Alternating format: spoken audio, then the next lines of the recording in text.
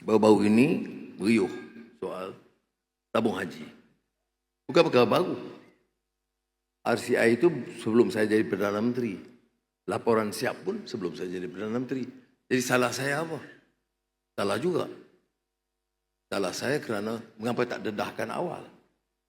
Saya dah terangkan. Kalau tanya saya pilih untuk dedah awal. Tapi tabung haji menyatakan kalau dedah awal, risiko bagi tabung haji.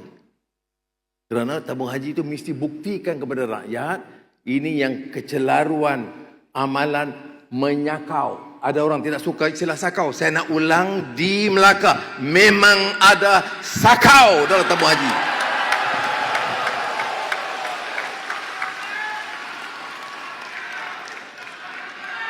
RM12 bilion hilang bukan sakau. Memang ada. Dan harus ingat,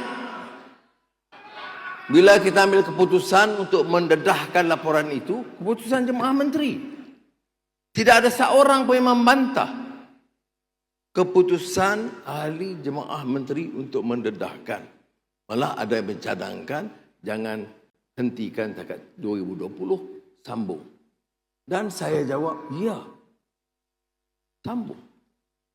Dan kita dedahkan. Tapi rupa-rupanya ada yang gerun untuk dibahaskan cara terbuka dan lari dari parlimen. Dan seperti mana saya umumkan, siasat bukan urusan saya. Badan Penguasaan. Tindakan Badan Penguasaan. Proses pengadilan, Badan Kehakiman dan Hukuman. Tapi percayalah, arahan saya jelas.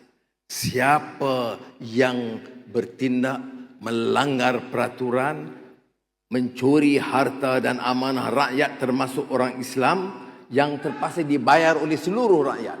Faham?